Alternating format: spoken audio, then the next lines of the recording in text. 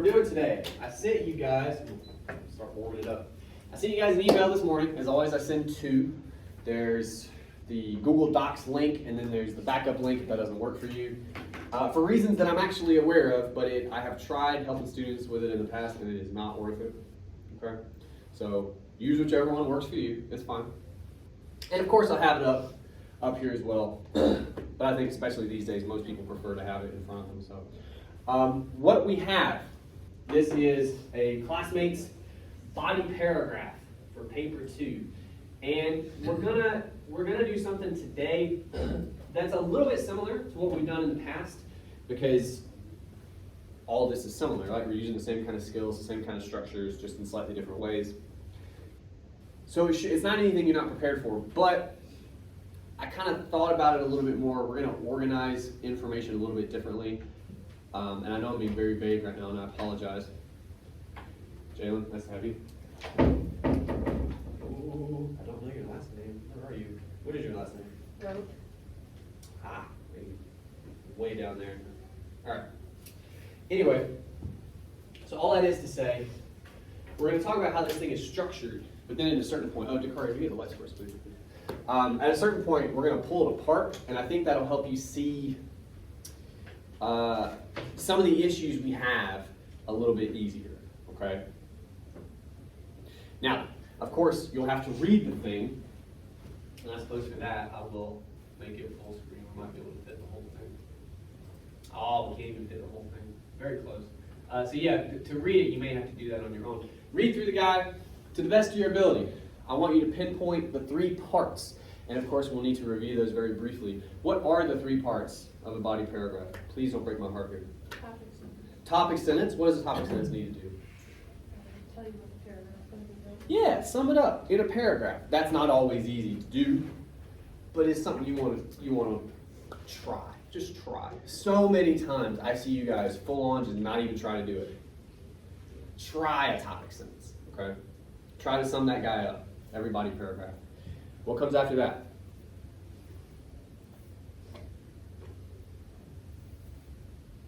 Evidence. Thank you. Evidence in most cases in a class like this is what? Most often it's quoted material. Not always. Sometimes it's paraphrased. We have one in here, in fact.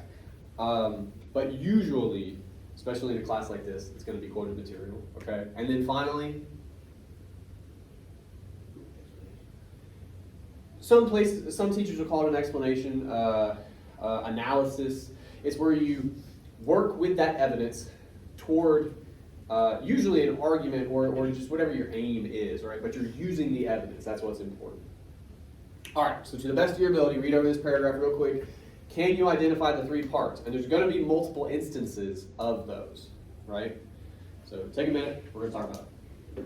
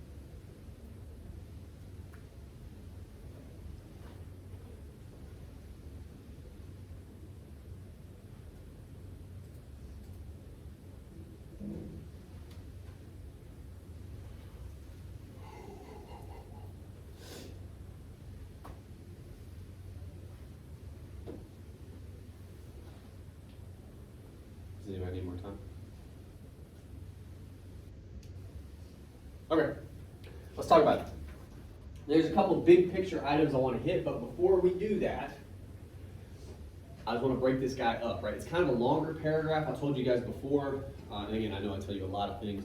One of the hallmarks of a paper like this, typically, you're going to have longer paragraphs because you are engaging multiple sources with one another. You're going to have multiple pieces of evidence where you wouldn't always in other papers. So these paragraphs are going to be bigger. 3 parts of a body paragraph. Topic sentence. Do we have one? Kind of. It's important that war is portrayed realistically. Go ahead. Both the first 2 sentences can be combined. Okay. Well, yeah, okay, so we're kind of, I don't want to say this yet, so I got to hold back a little bit, but your point is correct. What you're kind of saying is they're positing this. Posit is a very fancy word for arguing, by the way. And then saying, but people don't, in that next sentence, right? And yeah, you could probably do both of those in a single sentence. That's fair. And to be totally transparent, really, that's not the point of the paragraph. It's more to do with this one. So I think you have a good impulse there to maybe combine those first 2, which could fairly easily be done. Cool. We're going to break that guy off separately. Well, both of them, since there are 2 of them. Okay? Now then, first piece of evidence, that's pretty easy. It's the next guy we have from Kampf, I'm going to say, is how you pronounce that name. I'm fairly confident in that. Longish quotation, and we will talk about that. But here's the cool change I came up with today. I'm sure you'll hate it. I'm not sure what color to do. I'm really actually scared about this. Oh, that's not so bad. Yeah, we can roll like that. All right. So here's our first bit of evidence. Now, the third part, and these are going to be the 2 that repeat, evidence and analysis. The analysis of this quotation most likely occurs where? After the quotation. Good. Where does it stop roundabout, do you think?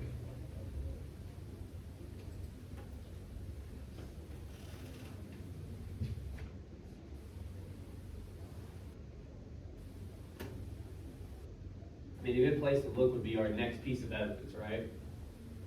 Whereabouts is that? Vonnegut. Now, so I'm going to break it off here. I'm going to call it interesting decision here is that we don't quote Vonnegut. What do? We paraphrase him. I am not in love with that. I'm just going to say that for right now. But we'll talk about it. Again, I want to break this guy up first. All right. So there's our paraphrase, our second piece of evidence. We talk about that for a minute, and then we very quickly get to Jarvis, right? And her quotation is this guy, which again, probably a little long, but all right. We've got ourselves a quotation. And we have one more piece of evidence. Where is that?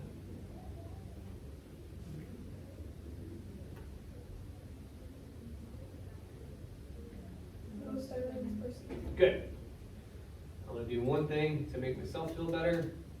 Somebody keeps telling you guys to do that. I wish I could find them. I would stop them physically. So that means we break this guy off right about here. All right. Thank you. You're very blessed.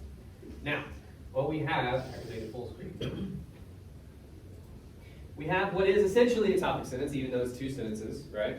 Cool. We have our first quotation, which is a decent quotation. I got some thoughts on it, but look what it leads to. We got some real ideas cooking. Look at all that analysis, right? That's a good sign. Does it mean all of it necessarily needs to stay or needs to be here? No. But if you got some good traction, all right, and that's what this is. This prompted all this from the student. That's a good sign, right? That means the quotation probably needs to stay, and we want to double check to make sure again all this is where it needs to be. But we don't want to lose that guy, okay? Conversely, I want you to see the other ones. Do you notice a difference? It's stark, right? At the very top, we paraphrase Vonnegut. And on the one hand, I understand why we do it, but look at what it allows us to do. Nothing. Nothing. Why do you think that is? I'm curious if any of you have thoughts on it, because I know I do. Why do you think that paraphrase offers us so little? It's not specific. Why is that a problem, though? I agree, by the way, but why is that a problem? This lack of specificity. What does specificity offer you, do you think?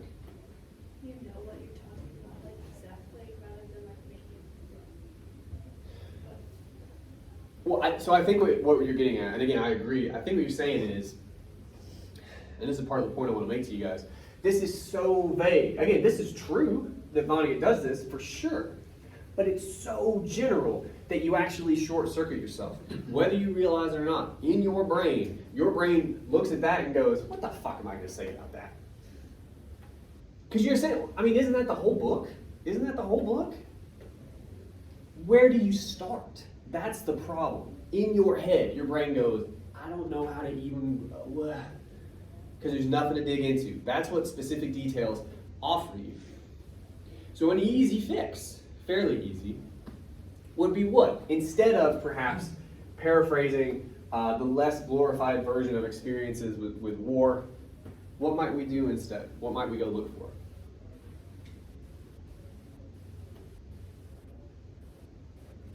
We wanted to be more specific about the book and war not being cool.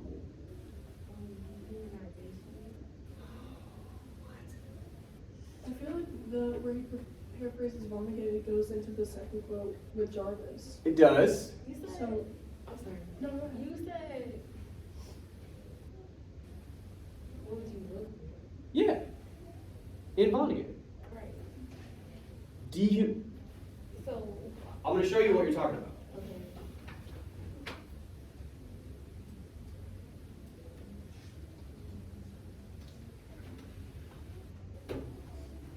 We're doing the same thing. What I'm asking is, pretend it's that, because at this point it doesn't matter, right? That doesn't sound very desirable either. What are we actually going to go find in the book? Huh? I'm not just talking to Maria, by the way, even though I am. What are we going to go find in the book? I thought this would be an easy question, by the way. Yeah! And there's tons. And again, that could be part of the struggle. The student could be sitting there going, there's just so many. Well, just pick one. Just pick one. For the sake of having one, right? Can you guys think, we changed it to humanize because I was maybe being a little bit of an asshole making the point. You can think about that, or you can think about, originally it was, all we're doing is dressing up ways to say not good, right? Not good. Can you guys think of one example from the book of not good experiences with war? Making it not look cool, right? If you think of one. The old coats that they have in there. Oh, when they get to the prison camp. Yeah. Okay, what about that? Like, if we get a little more specific, and we're using our memory, granted, but can you remember anything in particular about that? I can help. Just I want that they were like dirty and gross animals, and Okay. the Englishmen were like dressed a lot nicer.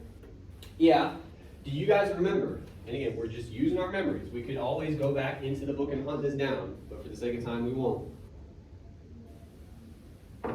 Details matter.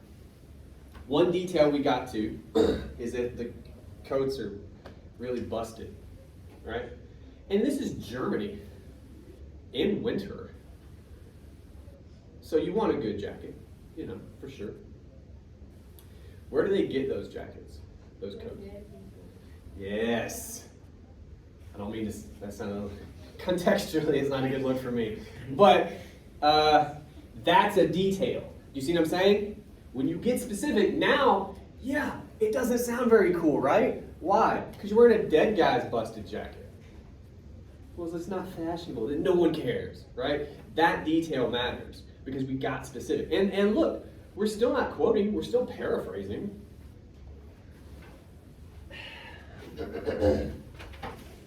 Vonnegut.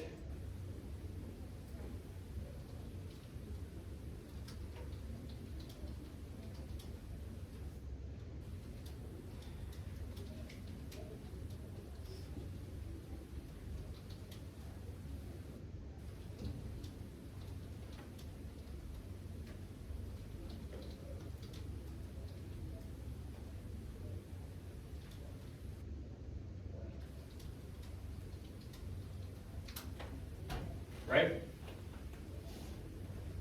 Okay, still a paraphrase, but already way more specific.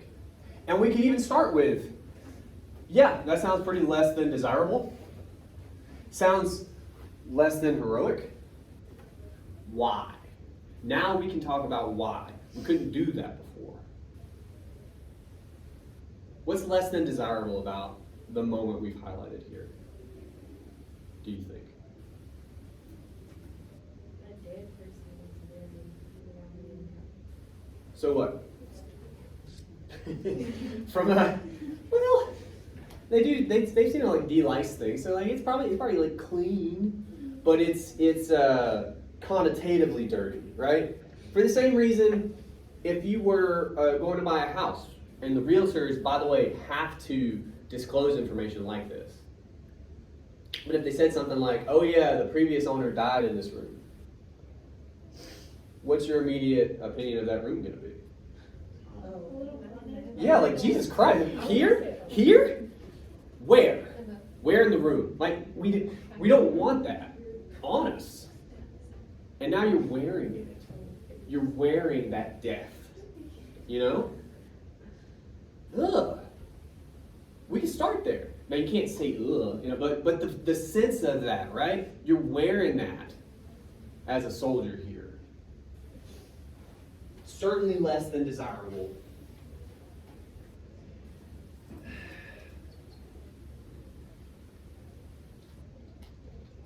Obviously,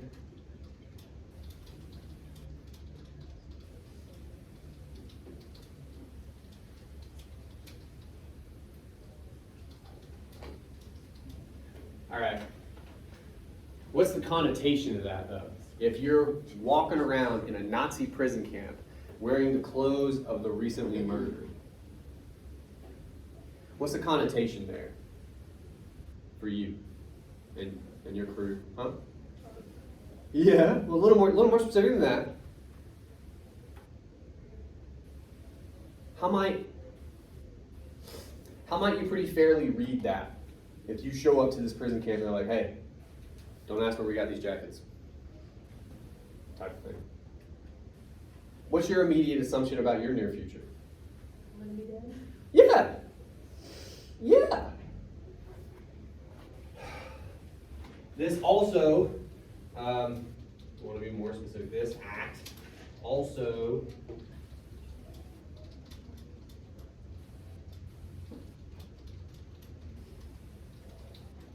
right? And we can go on and on. Again, once you allow yourself details, even if it's paraphrased, because we could quote this, something from this moment, but maybe it's the moment we're actually interested in. So there's nothing we can quote directly because we're talking about like a whole page. Fine. A page is still specific. And if we have interesting details, like the dead guy's jacket, we can talk about that. And we're rolling at that point. We have way more to talk about because it's worth discussing. Next quotation. This is from Jarvis. We have more to say about it than we did in the previous quotation, okay? But still not a lot.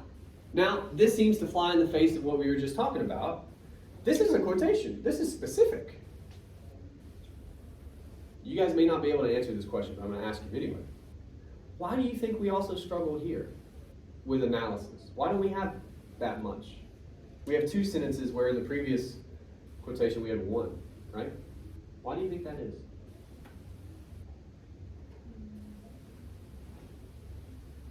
It may help. Read through the quotation and then read what we say about it.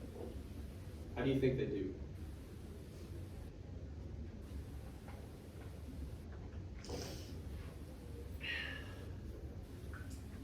I guess a more pointed question I could ask is, what do they not do? There's something very important that they don't do here.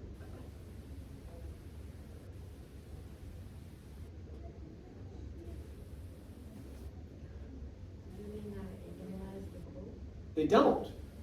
They don't work with the quotation. Let's look at the quotation real quick. No, and I'll make it easier. I was going to save this, but some of the work you have to do, and I understand I'm asking you to do all this at once, okay?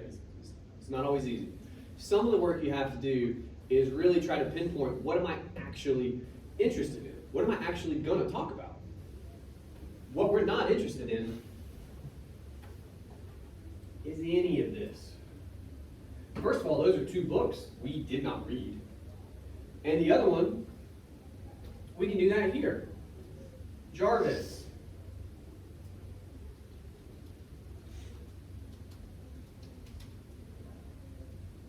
Am I doing that right? Nope. Claims at Slaughterhouse-Five. There you go. Right? The longer quotations have a similar effect to paraphrasing a huge chunk of the book, okay? Your brain does the same thing. It goes, I don't know where to start. That's too much information. We just cut the guy in half. We lost nothing. We lost the titles of 3 books. Who gives a shit? Doesn't matter. That's not her claim, right? And from here, deconstructed the binary framing America's Good War, offering a Vietnamized version full of discontinuities, fragmented bodies, multiple shades of gray. My next question, because there's more work we could do here. We could leave the quotation as is. We could. I mean that. It's a good quotation now. A lot going on. However, I have a sneaking suspicion that most of you, if not all of you, look at that quotation and at a certain point check out mentally. Where would that point be? You're reading this quotation, where do you nope out of it? Right around where?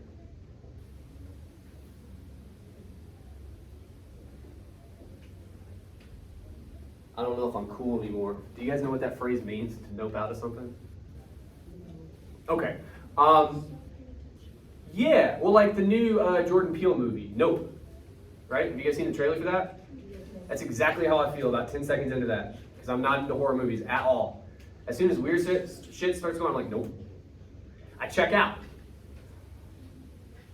You guys do this, I'm telling you, with this quotation. Roundabout, where is that, do you think?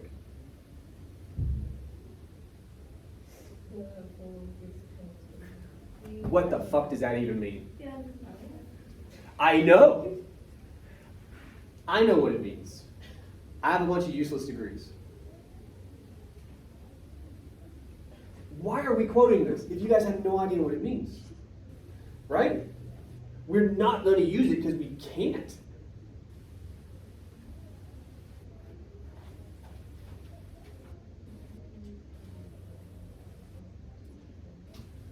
I'll give them Vietnamized. Maybe you want to do, maybe. But this is what we could talk about. So we took off the first half-ish of the quotation because it offered us nothing. And in a different way, the last third also offered us nothing because your brain is like, I'm not even engaging with that. So don't quote it. Don't bother. And we're left with this. Now, admittedly, I think we can better identify how we are not working with the quotation. Does Vonnegut do the things he's talking about? For sure. Is that really what this quotation is about? Maybe, but right now we haven't explained how it is, right? Let's start with the quotation itself. Deconstructed the binary framing of America's good war. What does that mean, do you think? What is Jarvis getting at? The perception Of what? of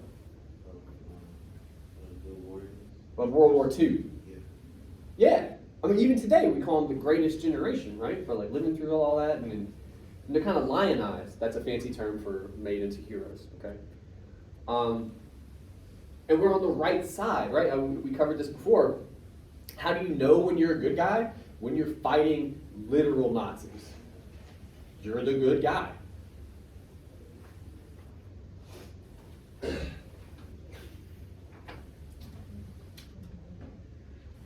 I knew it'd be blue. Hang on, I gotta fix that. That'll drive me crazy. All right. Jarvis speaks to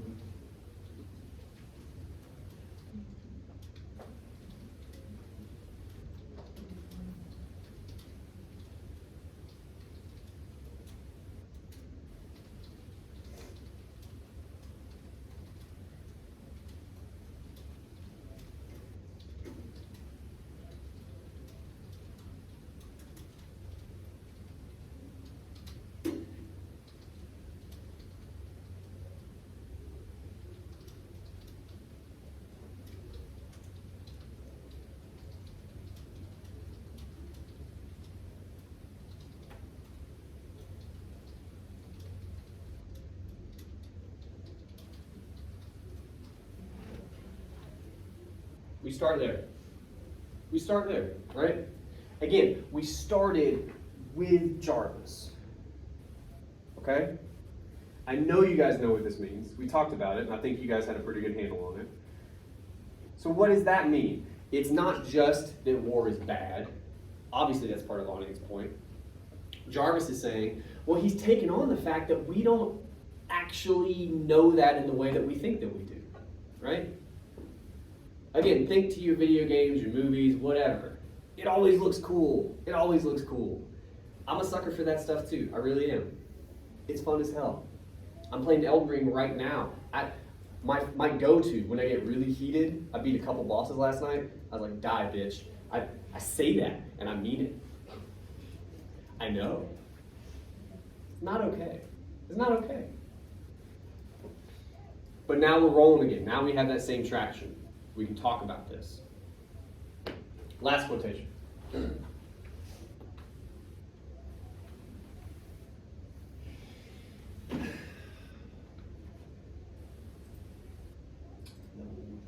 Google, you're wrong. Okay. We kind of talk about this quotation, and it's more or less okay. I can live with that. All right, so what have we done? Let's go back to the top. We kind of practiced with those other ones, and this one's a bit bigger. Read back over this quotation if you don't mind. And then I want you to go look at that analysis. You tell me what you think.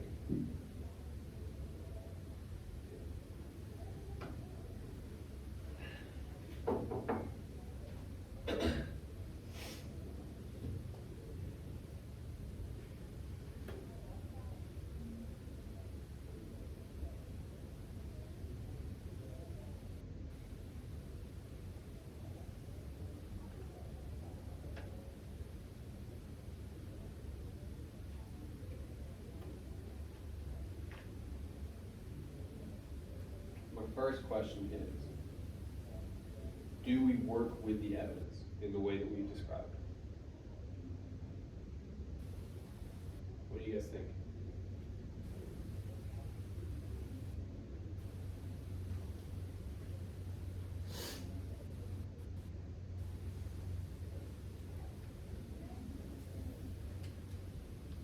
We'll get a little more specific. We can look at parts of this. When they say, for instance, it could be beneficial, this is right here. It could be beneficial for veterans and active duty soldiers to share their real life experience with war. Is that working with the evidence? Arlie says no. Why? Why not? I happen to agree. Why not? They're not, like, real life people aren't, like, included in the evidence. Good. We're offering suggestions. And maybe in some kind of a very different assignment you could do that. That's not what we're doing here, okay? The problem with hypotheticals and suggestions, when you say could or should or any of that stuff, okay? You are fundamentally ignoring the evidence because you're telling me it's not there, right? If you're saying it could or it should, that's an immediate signal, bro, this is not in the evidence. This is me, and this is from my brain going, well, this would be better if we did this. Maybe. But that's ignoring the reality of the situation, right? So that's not working for us. After that, we talk about movies, which is a little bit in line with this, okay? Although it kind of stems from that guy, so have to change that. We're talking about We're talking about the Hollywood version of war. Often portrays a person, typically a man, going to battle, heroically playing a key part in winning the war. What about that part? What do you think? That works for the quotation. I agree. Some soldiers obtain medals. There's a dehumanizing aspect. What about that?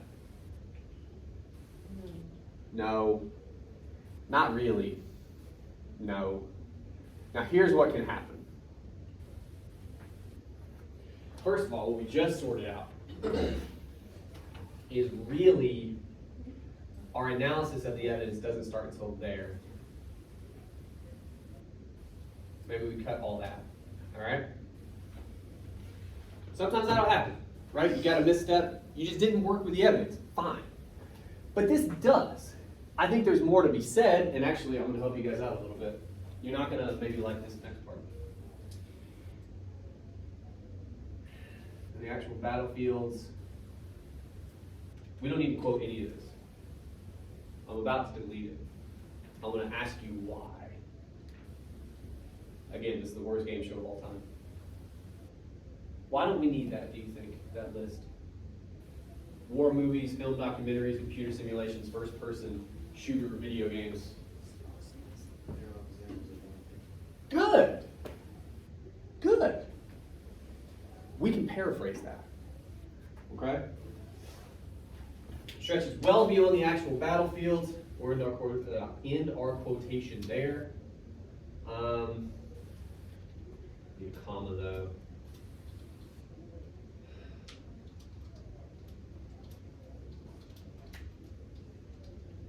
That's enough, right? Now again, what that does, if you want a little bit of the list, you can represent it. But what that tells me too is what really matters is what we have left. Key military actors view the conduct of war as an arena that stretches well beyond the actual battlefields. I kind of feel like we haven't fully grasped what this quotation is even saying. Key military actors. What does that even mean, do you think? There's a possibility it means something different from what you're thinking, by the way. This is why we're talking about it. What's a key military actor?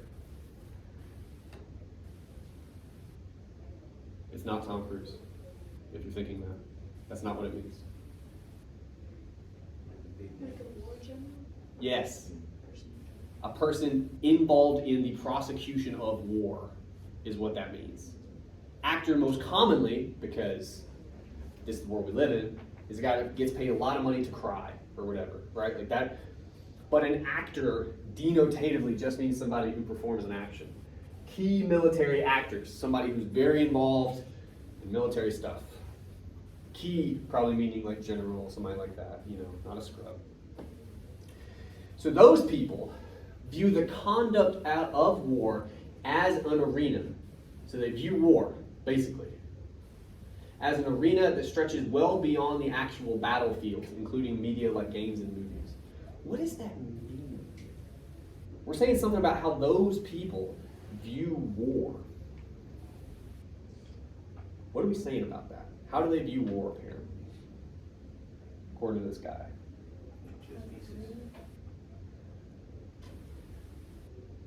That's not what he says here. I mean, you're not wrong, but that's not exactly what he says here. Well, they're speaking to entertainment, but what are they saying about it? What is it a part of? To these people, movies and video games are a part of something. They're so close. Break it down. Look, this guy does not write like you talk or think. That is what's leading to the dissonance, okay? Dissonance, in this case, is just static in your brain. When I ask you that question, your brain goes, eh. So look, key military actors, we solved that one. generals, people like that, people in charge, okay? View the conduct of war as an arena. I'm very close with quotation. I don't know if I'm getting it just right. So they're basically saying war isn't just war. It's an arena. Something surrounds war that we're going to include as part of our definition of war. That's what they're saying. All I'm asking you is, what gets included in that definition of war? Like games and movies. Yeah. So we're saying the people that are in charge, the people that would probably know better than us, right? About what makes war war, about how war works now. Those people view games and movies and things like that as part of war. That's kind of wild. And we missed that. We didn't talk about that at all in this quotation. So it's not just Hollywood having these movies that like are inaccurate, okay, fine. But it's these guys going, yes, they do that, and it's awesome. Why might that be worth thinking about more? Why is it? I say that's interesting. You guys may disagree. Why might that be worth talking about? That these general types view like Call of Duty, games like that, as a part of war, not just a representation of it. It makes war look attractive. So what? Why do these general people care?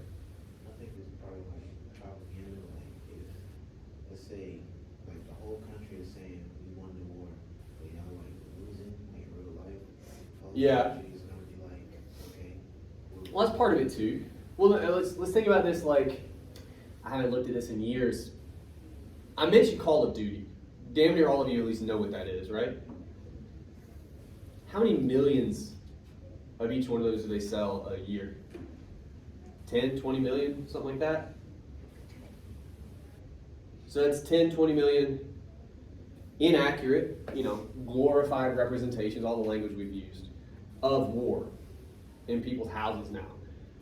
And look, you guys know the people that play those games. Do they play it, would you say, moderately? A healthy amount? Sometimes no. Sometimes they play too much. Why would these generals care about that? 10 to 20 million a year.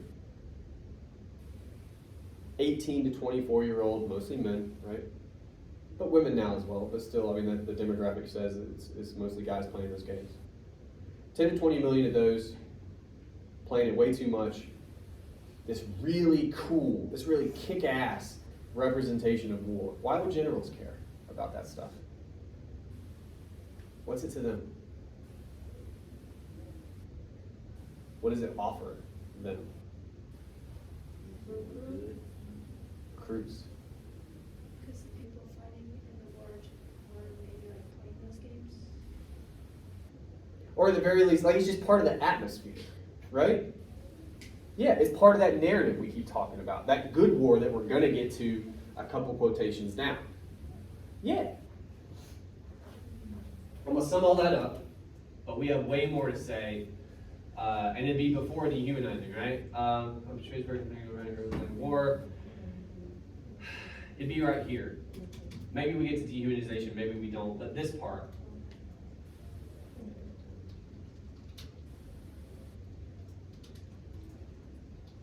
Oh my God.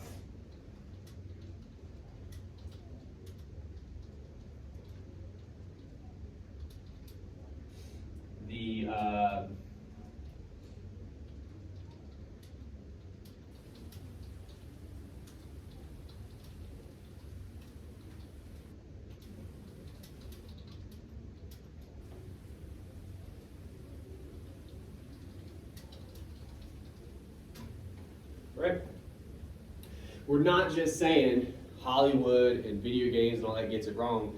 We're being more specific. We're saying there are certain people in charge who know that, and they are really big fans of that. there's something to be said about that. We need to talk about that, and that's what we start doing here. If you type correctly, I didn't do that, but you get the point. All right. So, and I'm gonna have to fix that. Thank you, Google. So what we've done, this is a bit of an outlier. Maybe we talk about dehumanization, maybe we don't. But mostly, if you take it in total, what are we really talking about in this paragraph?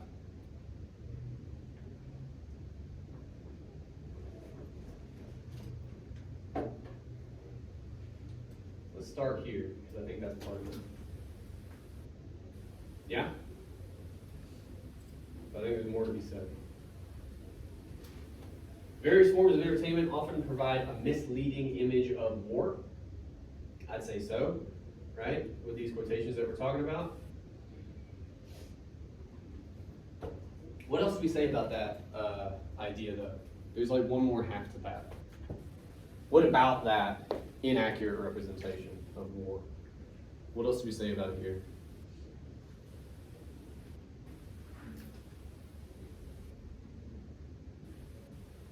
We end up talking about recruiters. A little earlier, we talked about generals. What's that got to do with the conversation we're trying to have about these inaccuracies?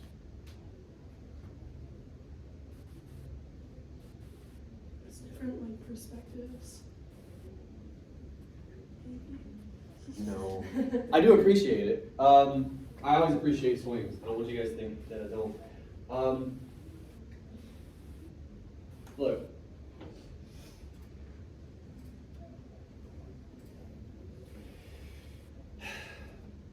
Again, the topic sentence as we have it right now, I think that sums up a big chunk of the paragraph. Various forms of entertainment often provide a misleading image of war. Yes. I gave us a comma, which kind of forces us to say a little bit more. If things cooperate. Which, what? Because we also mentioned recruiters. We also mentioned generals. Perhaps even knowing about this inaccurate representation, right? What did we say about that? What's their relationship with that inaccurate representation? Do they like it? Do they not? They do. Why?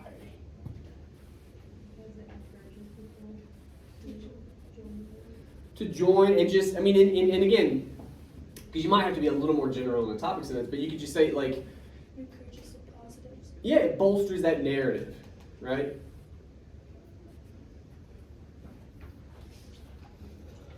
Oh.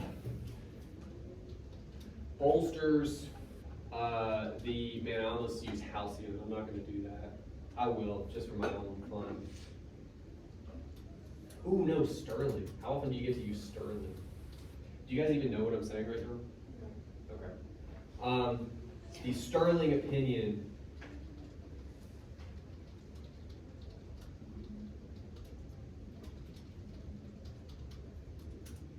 Sterling is like a fancy word for cool. All right. That's a pretty decent topic sentence. There's more work we would want to do with some of these quotations. We will not do it here, so don't worry about it. Again, I'm not sure that we actually get to dehumanization. I'm not. There's two things that can happen here. Number one, well, look at me being an idiot. Getting cocky and hit the wrong thing. Number one, we can lose it, okay? And again, I know that hurts your heart, but bear in mind, we need to say more about that quotation. We have more to say about that one. We probably have more to say about all these, to some degree, okay? So that paragraph's gonna fill out. We could also do, potentially, maybe that's our next paragraph. Maybe we want to talk about dehumanization in a separate paragraph. Is it related to what we just talked about? For sure. Is it worth its own paragraph? Probably, right? So maybe that's where we go next. That's fine. That happens. That's how body paragraphs are meant to work, right? In this paper, and then in a lot of ways, in all your papers. I know I keep saying, Focus on details, like this is why. Questions about any of that?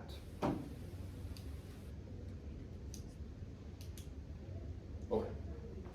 Next thing we're going to do, a little bit of time we have left.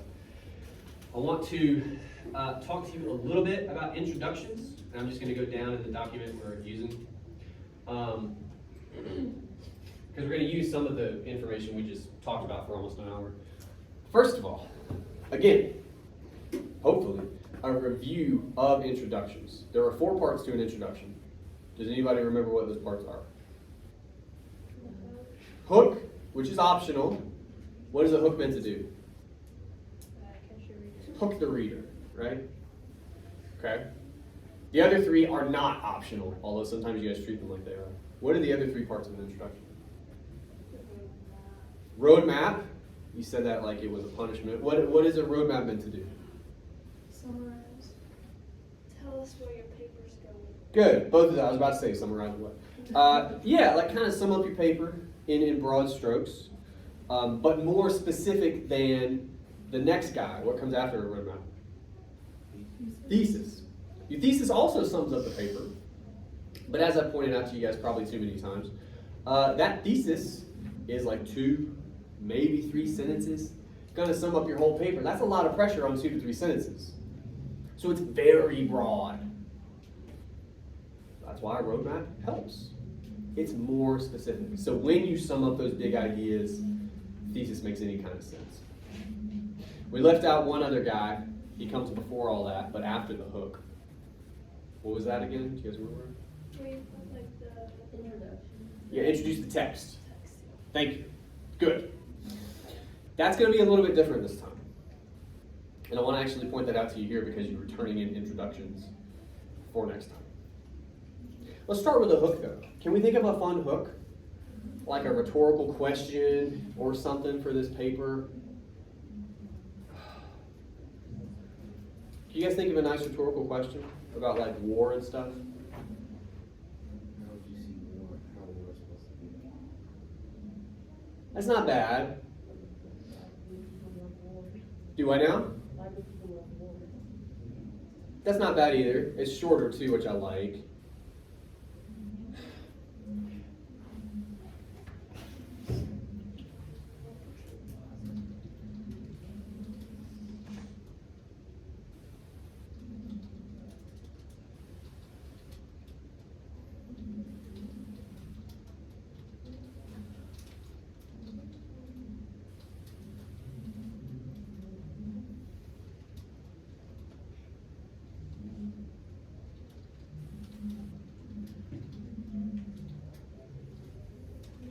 Something like that, right?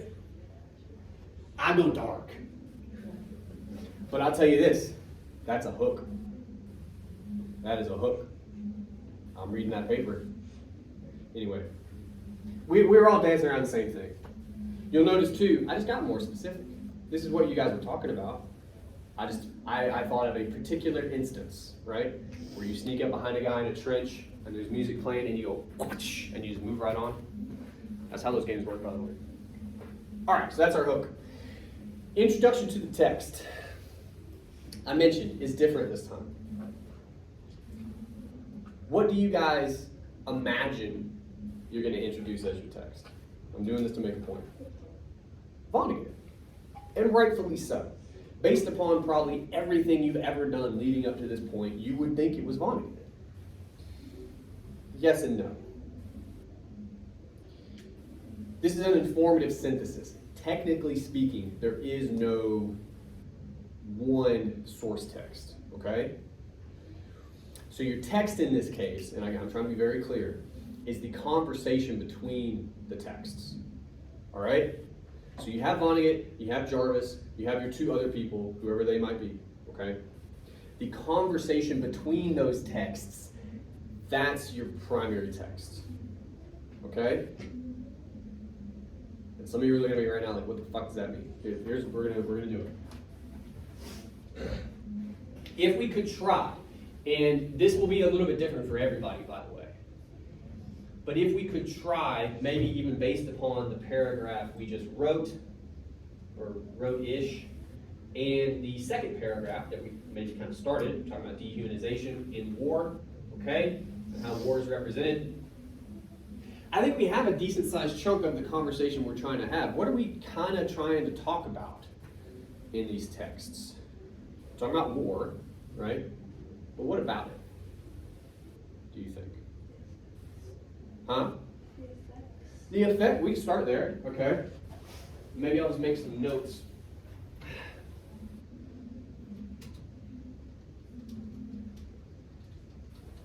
Okay, what else? What else are we talking about? In this case, I suppose as it relates to war. That's really kind of all we have in this paper right now. What do you think?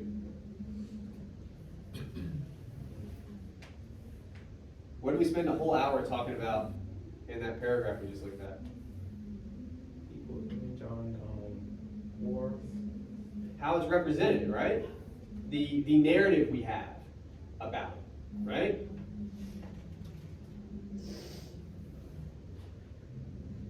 Let's put war narrative. Okay. Now look, on some level we don't have the full conversation yet because we don't have the entire body to our paper. But I think that's a pretty sizable chunk. So let's oh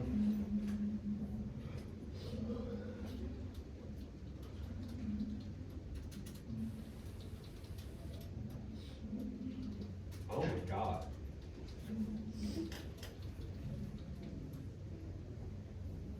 Sorry, you're watching me type in real time.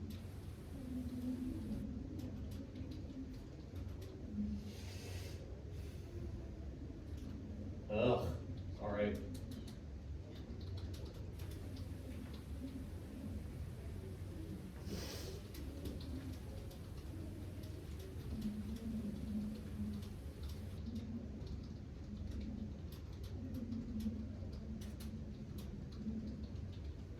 All right.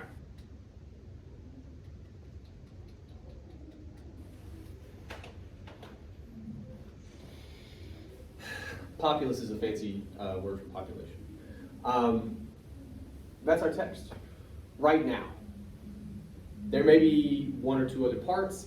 It may change a little bit based upon how our paper goes, but all we have right now is that one paragraph and then like a kind of a baby vestigial piece of a second paragraph. That's our introduction to the text. Now, roadmap. How do you think we're going to do that? Pretty sure I just saw Maria shake her head at me. There's a couple ways to think about it. But the way we've talked about roadmaps up until this point, that still holds true, okay? Obviously, it's going to be a little bit different because this paper is a little bit different. But what specific ideas are you talking about? If it helps, like, again, our introduction to the text, I would almost think of it as an umbrella. This is you kind of summing up what the whole conversation is about, and then the roadmap that comes after it is going to take sizable pieces of that conversation, but it's going to take those out of each paragraph and say, here's maybe a sentence or two about this, here's a sentence or two about this, right? You just work your way down, right? So for instance, again, we only have one real body paragraph at this point for this paper. We'd almost have to talk about what in our roadmap based upon what we have so far. Again, we just spent an hour talking about it, so I'm just hoping. Yeah, this representation, what about it? Where did we start? And we could go back a little bit. It's portrayed to be better than it is. And what about that? We said one more thing about that idea. It encourages like people to be like join the war. Okay. All right, let's start there. So first of all, I want you to be careful not to pose these arguments like they're yours. It's this person, right? Kampf.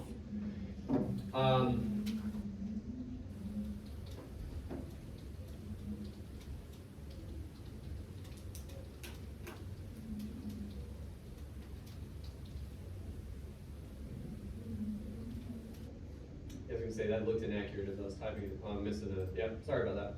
Are at best inaccurate. However, I don't know if it's a he. Anyway, he goes on to say,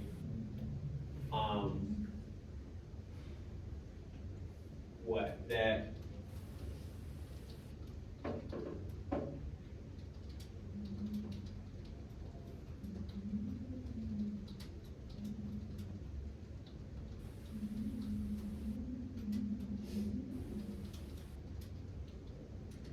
did we say bolster already? Or we said it in our paragraph. Using it to encourage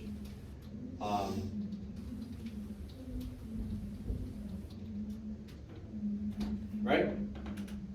That's Comte's point, really. Not just that our depictions of war are inaccurate, but that there are certain people who totally know that, and they're like, yeah, that's cool. I like that. Okay? What do we end up saying about that? We have a couple other people. Anyway, we're not going to go through the whole paragraph. That's what the paragraph is for. But what else might we highlight about the inaccurate representation of war, or how it's used, or what it does, anything like that? I think we can at least pull one more point from this paragraph, basically. We're talking about the narrative we have about war. We're talking about what that encourages, right? When it comes to how we view all this. Is there anybody in here that maybe highlights that? There's one who does it really well, by the way.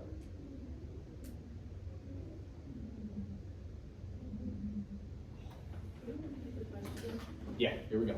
Look.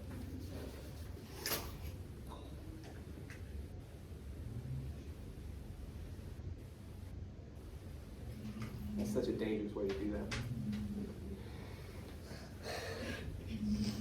We just said, or maybe I just said and you guys watched me, that there's a positive spin, okay, around war, how it's depicted. Some people know that and they're more than okay with it, right? For reasons that I think are pretty obvious.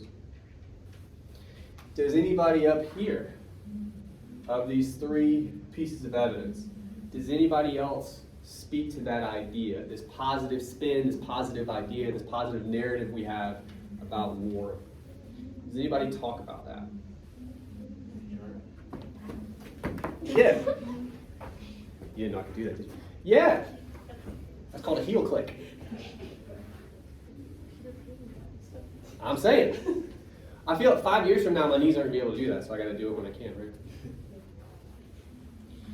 How does Jarvis talk about that? What does she say? And I feel like half the time you guys don't answer because you know I'm going to follow up with more. So feel free to help Stefan out, but he's making a good point here. What is Jarvis's point about the narrative, how not just how it gets depicted, because we've said that, but she's speaking specifically about like how it lives in our brain, okay? That's what that narrative is. What's her point? Quote, unquote. Yes. Because we're fighting bad people,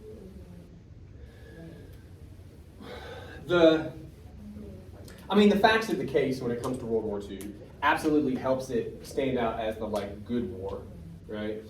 But part of her point isn't just that that's how we think of it, because it is, but also that Vonnegut is trying to tear that down or trying to change it in some way, right?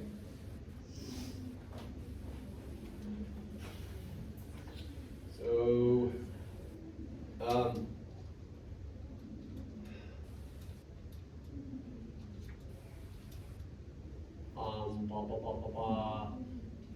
Have I already said common? I know you guys don't care, but I do. Oh, I haven't. Okay. Sweet. Into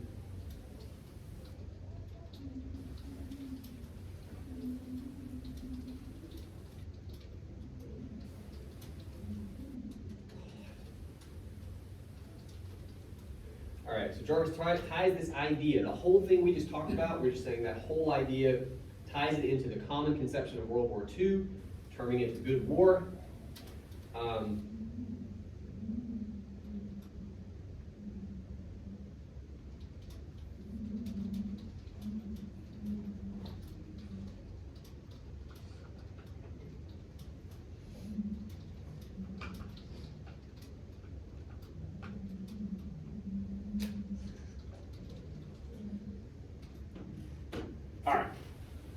So why did I do all that? I do have a reason. This is as far as we're going to take this today. I mean, we're getting to where we got about 10 minutes left anyway. But I want you to see something. Now, number one, I try to be, again, super transparent with you guys. I mostly just wrote that hook because it was fun to do that in front of you. Because I knew some of you would go, ugh, and that's fun for me. I apologize. Hooks are optional. Have one, don't. But I'm going to tell you, if you're going to have a hook, have one. Go for it, within reason. Yes? Should the question mark not be inside? It should not. Oh, you just allowed me to be a grammar nerd. Okay. I know. I'll do it quickly. Look, you would only put that quotation mark, put that question mark inside the quotation marks if it was part of the quotation. There's that rabbit hole can go deeper. I won't do that to you. But that would be why. Because this is actually, the whole sentence is a question, right? That quotation is not a question. It's a weird statement. So this isn't modifying the quotation, it's modifying the whole sentence. Good question, though. Okay. Anyway, so that's our hook. After that, that next sentence, and by the way, especially in this paper, your introduction to the text doesn't necessarily have to be a single sentence either. It could be 2, probably 3 tops. At that point, you're being self-indulgent. But if you're trying to sum up kind of the whole conversation in a way, you can have more than 1 sentence. That's okay. That's what we've done here. The rest of this, and this is what I really wanted to highlight, 2 things. One of the big issues in the body paragraph that I wanted to point out and I forgot is that we weren't completely attributing arguments. Okay? What I mean by that is, if you go back and look, a lot of the paragraph is kind of phrased as if it was this student's argument, right? And it may be, but the point of this paper, I told you way back when, it's a glorified book report, okay? These aren't our arguments. You may agree or disagree with them, okay? But we're not doing that. You'll do that in paper 3. Get excited for that. But at this point, I just want you finding information that speaks to one another. And again, I think we've done a really good job of that here. And making that happen. Highlighting details, analyzing those details, breaking down arguments, and then transitioning between arguments, helping me see how they connect, right? You don't really step in there much. You do a lot of work to make it happen, but you don't have a starring role, okay, in this paper. The metaphor I always use, this paper is like Destiny's Child, if any of you know who that is. It's been a minute. In the next paper, you're Beyonce, but not yet, right? So, the reason I like to do a little bit of the intro here is because you can see it sort of much more crystalline. Kampf, that person, makes this point about war and goes on to further say that. Jarvis makes a point tied to that about something Vonnegut says. We're performing synthesis in our roadmap now, right? We're connecting multiple authors, specific ideas, how they speak to one another. You want to be performing synthesis as often as you can in this paper. That's the whole point of the paper. So your roadmap should be no different. Again, to be clear, I know we only have a couple minutes, but some of you are early. To be clear, you do not need to feel like you have to cover every author and every author's point that you bring up in your paper. You'll notice for this, we really only highlighted 2 people for that body paragraph. Some body paragraphs, you may really only highlight 1 person. That's fine. I don't know quite where it's going to go because we don't have another paragraph, but we suggested before that that's our next body paragraph. So some kind of a point about that, and I think we could very easily get there from good war, right? It doesn't really seem like a good war if that's going on. Maybe that's the next pillar in our roadmap based upon one or two of the authors, right? That's how you move through this. That's how you move through the whole paper. And then you get to a thesis, which we'll talk about next time. Attempt those, but don't sweat them too much. We'll talk about them next time. Questions about any of that? Yes, ma'am. Is there a certain number of quotes that you like want in each body paragraph?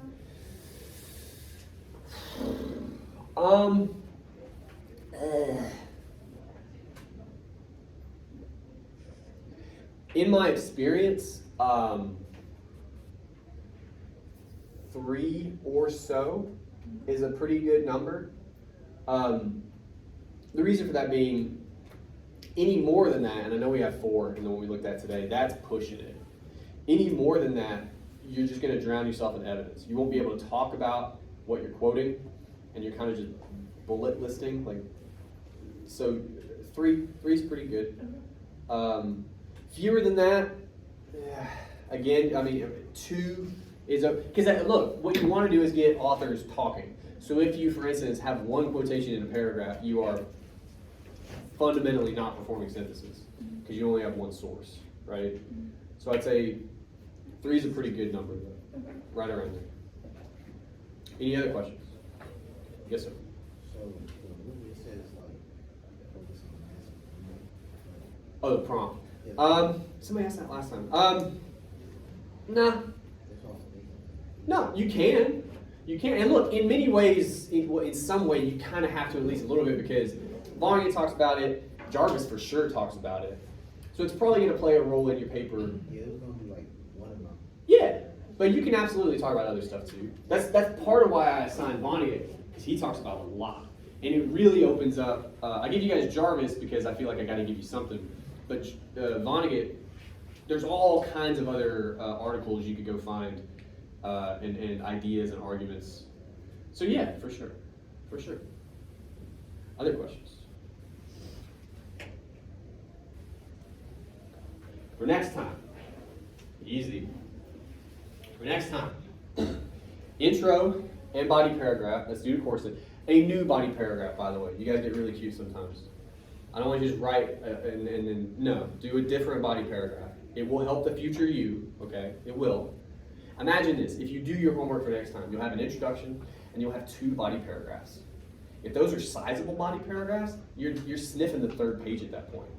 How magical will that be? For real. Anyway, the other thing I want to remind you of, real quick. I don't know dates. I don't.